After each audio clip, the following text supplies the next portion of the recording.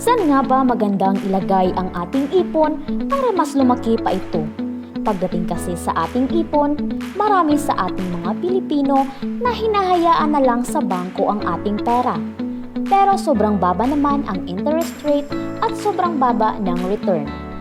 Actually, nawawalan pa nga ng value ang ating pera kapag nasa bangko lang dahil sa inflation. Kaya naisipan namin gumawa ng video para bigyan kayo ng ideya kung ano-ano ba ang mga best investment opportunities sa Pilipinas para palaguin ang iyong ipon. Make sure na tapusin mo ang video na ito para makapagsimula ka ng mag-invest at para maiwasan ng masayang ang iyong pera sa mga investment scams at sa mga Ponzi schemes. Investment number 1, Pag-ibig MP2. Kung naghahanap ka kung saan i-invest ang iyong pera at palaguin ang iyong savings, ang Pag-ibig MP2 pwedeng maging best investment para sa iyo. Dahil pwede kang magkaroon ng passive income. Dahil you make your money work for you. Ang Pag-ibig MP2 saving program ay ginawa ng Philippine government para makatulong sa ating mga kababayan to grow their money ng mas secure, safe at mas affordable. Dahil backed up ito ng gobyerno, siguradong hindi mawawala ang pera na ini-invest mo. Ina-administer nga ito ng Home Development Mutual Fund or commonly known as the Pag-ibig Fund. Paano po ba makakapag-invest sa Pag-ibig MP2? Ate Mar, madali lang yan kaibigan. Kahit sinong active member ng HDMF ay pwedeng magsimulang mag-invest sa Pag-ibig MP2.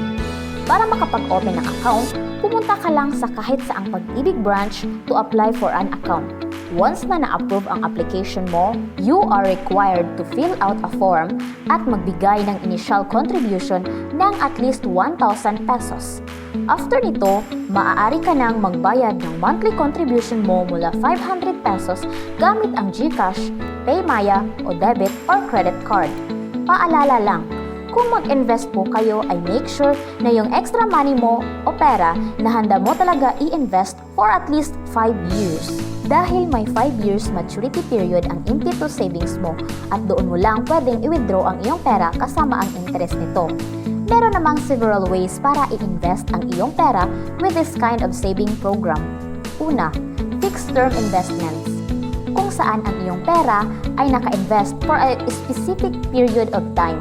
Pangalawa, variable rate investments. Dito naman apektado ang returns ng iyong pera dahil sa interest rate fluctuations. Pangatlo, mutual fund investments. Pang-apat ay ang dividend reinvestment plans. Depende sa level ng iyong risk tolerance. Ikaw na ang mamimili sa best option para sa iyong needs and goals. Kung handa ka nang palaguin ang iyong pera ng up to 8% return per year, I would highly recommend na itry mo ang MP2 Savings Program dahil kung ikukumpara mo ito sa mga traditional investments, ang investment na ito ay hindi kailangan ng malaking pera to invest. And to start, magbibigay rin ito sa iyo ng mga tax benefits. No hassle at secured ang perang ini-invest mo. Oo nga pala, bukas ang Pag-ibig Office kung gusto mong mag-open ng isa o multiple MP2 accounts. Kaya effective ito kung gusto mong mag-save para sa iba't iba mong financial goals tulad ng retirement fund, emergency fund, o educational fund.